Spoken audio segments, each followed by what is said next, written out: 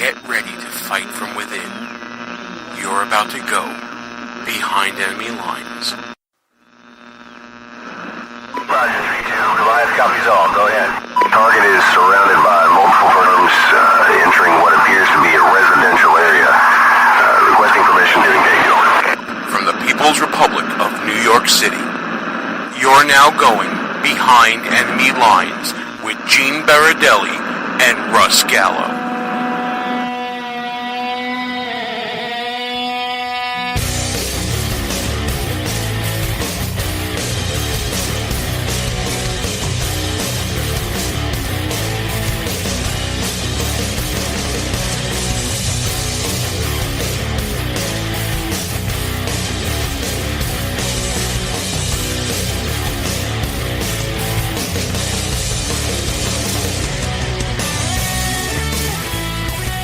And you are now behind enemy lines. Hey there, how you doing, America? Gene Baradelli here with you.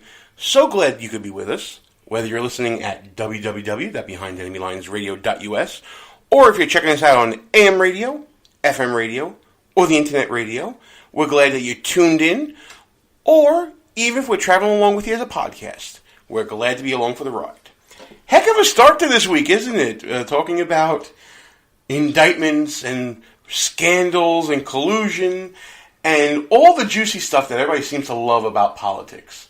I, for one, am loving it, being a lawyer, and seeing all the juicy legal details coming out from the special investigation by former FBI Director Mueller and what exactly it is bearing at this point. And there are two details that we need to talk about at this point. The first being the indictment of two major figures in the Donald Trump campaign, one of them being his former campaign manager, Paul Manafort, and his right-hand man, Richard Gates, or Rick Gates, I guess they're talking about him in the media. And the allegations go like this. Let's get through the facts of it, and then we'll get through the analysis. Between at least 2006 and 2015, Manafort and Gates were acting as unregistered agents of the government of the Ukraine, the Party of Regions, which is a political party, whose leader, a man by the name of Yanukovych, I'm going to screw up some names if they're in Russian, folks, was the head of from 2010 to 2014. It is widely known that this party was backed by Vladimir Putin and the Russian government. Manafort and Gates took money as an unregistered agent for this government of Ukraine, and then later on, after that time period, and during the same time period, at least through 2016, Manafort and Gates are alleged to have laundered the money earned from these connections overseas with the Ukraine and laundered it through different foreign corporations, partnerships, and different bank accounts. What does all this have to do with the Trump campaign? Well, there are two minds about that, and this is where the partisanship comes into play. If you are a supporter of Donald Trump, you're going to say absolutely nothing. This has to do with campaign activity. Oh, wait, no, it doesn't. It has nothing to do with campaign activity. It has to do with the dealings of Manafort and his business and his partnership or some business association with Mr. Gates and foreign nationals and businesses and properties that he owned. How he would take money earned as an unregistered agent for these foreign governments, take that money, park it overseas, and then bring it into the country to purchase property, and then refinance property like that through various banks and whatnot. And you can go through the 30-plus page indictment, and that's what you'll find. You'll find a very sophisticated complaint by Special Investigator Mueller talking about where the money came from, where it went into, how it was used in the United States, how it was brought in, and then where it went from there as far as purchasing or whatever laundering that they believe is there. Again, has nothing to do with the campaign of Donald Trump, candidate, in 2016. What it has to do with, if you're on the Democrat side, is, A, this is a pressure point.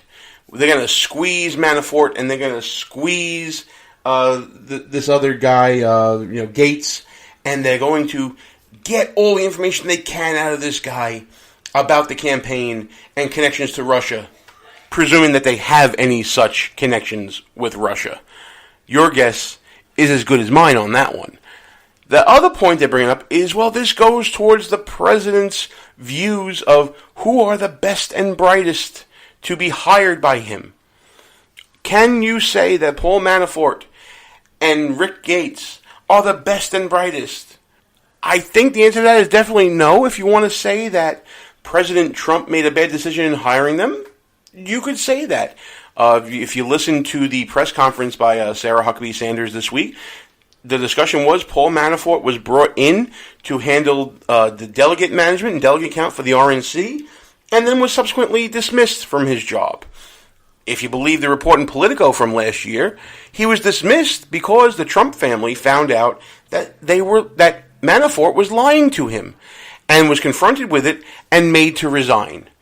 Could that mean that they didn't know about his Russia connections, or they didn't know about his Ukrainian connections, and didn't know about this alleged illegal activity? Your guess is as good as mine. I don't know for a fact. I don't think anybody knows for a fact. But here's what I do know for a fact. This 30-page indictment, which again, very sophisticated indictment, a lot of great information in it. It has little to nothing to do with the Donald Trump campaign. President Trump is not mentioned in it. His campaign is not mentioned in it. It's just not there in this. Now, again, the parties involved here, the Party of Regions, a pro-Russia political party in the Ukraine that retained Manafort through apparently other means. I don't really understand the means they are, to advance interest in Ukraine, including the election of its slate and candidates. In 2010, the head of the party was elected president.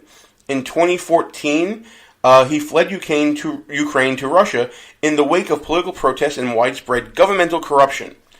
So clearly this is not a great guy that he aligned himself with. And again, you talk about guilt by association. This is probably a big reason why this Trump-Russia narrative will not go away. There is no connection with the campaign, but there's connection with a former campaign manager. You can understand how in these sewing circles, things can go around and around and around. The question becomes, what did the Trump campaign do that would be considered violative of the law? The answer so far in the allegations is nothing.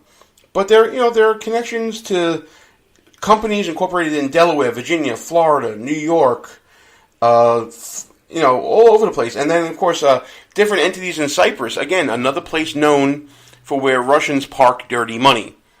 You can see how perception can be driving this whole situation, but legally, this Manafort indictment is much ado about nothing. As far as campaign activities is concerned, I think that's what you'll see expressed as being the quote-unquote defense in the narrative going forward. Paul Manafort's business prior to joining the campaign in 2016 is not campaign business.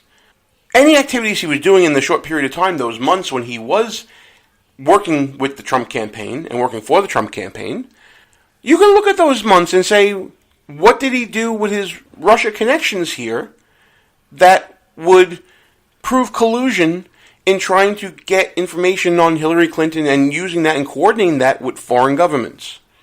My guess is you're not going to find anything there, because as of now, nothing's been alleged. That's the basis for me saying that. The scheme goes on to say that money was transferred and moved around from place to place, and properties purchased in the United States, including one in the People's Republic of New York City.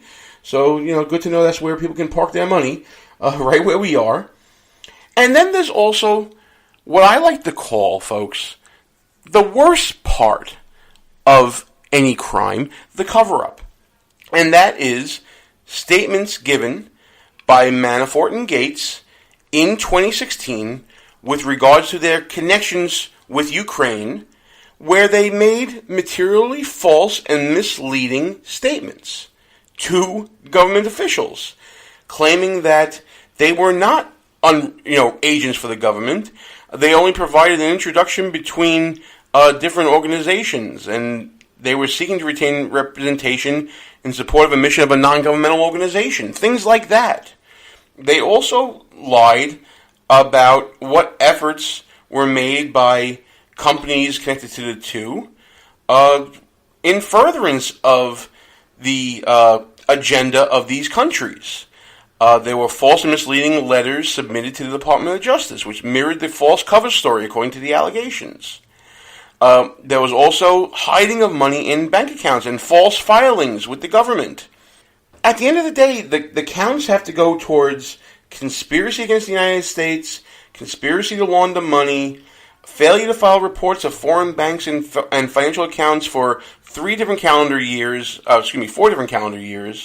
failure to file reports for additional years for different companies, unregistered agent of a foreign principal, false and misleading statements to the government. It's all there outlined in it, and the associated asset forfeiture that goes along with it. All of which has to do with not Trump business. That's the kicker of this whole thing. This is no smoking gun. I know that certain Democrats and liberals are going to be having a party right now, saying, we got him, we found it, we've done it. That's not the case here, folks. That's not the case at all.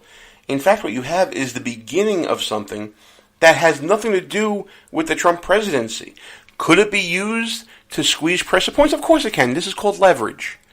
There's now leverage against Gates and Manafort to pony up more information. Is that information going to be relevant to Trump collusion? Your guess is as good as mine. I tend to think no. I tend to think that if there was information connecting Trump and the Russian government or any other governments in the sphere of influence of Russia, it would have come out already. Something like that can't be held secret for that long. I think it's time now to take a quick break. What we're going to do in the next segment is talk about the other half of the big news, quote-unquote, breaking early this week with regards to the statement of offense and plea arrangement for a foreign policy advisor to President Trump's campaign. And we're talking about George Papadopoulos. We'll be talking about him next.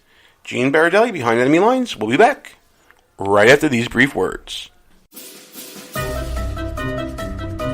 If you're a long-time listener of the show, or maybe this is your first time listening, you can probably tell that me and the gang here, we like to have our share of fun, whether it's on or off the air. We talk about 2-drink minimum radio and no medication Wednesdays or whatever day it may be. That's why when we found the people at Less Government, More Fun, we knew it was a match made in heaven with this show. Folks, we live in a time where government is out of hand. Our founding fathers did not intend government to be all-consuming in all parts of our lives. That's why we are telling you to go to lessgovmorefun.com, check out the website, check out the swag. What the people want is less government, more fun.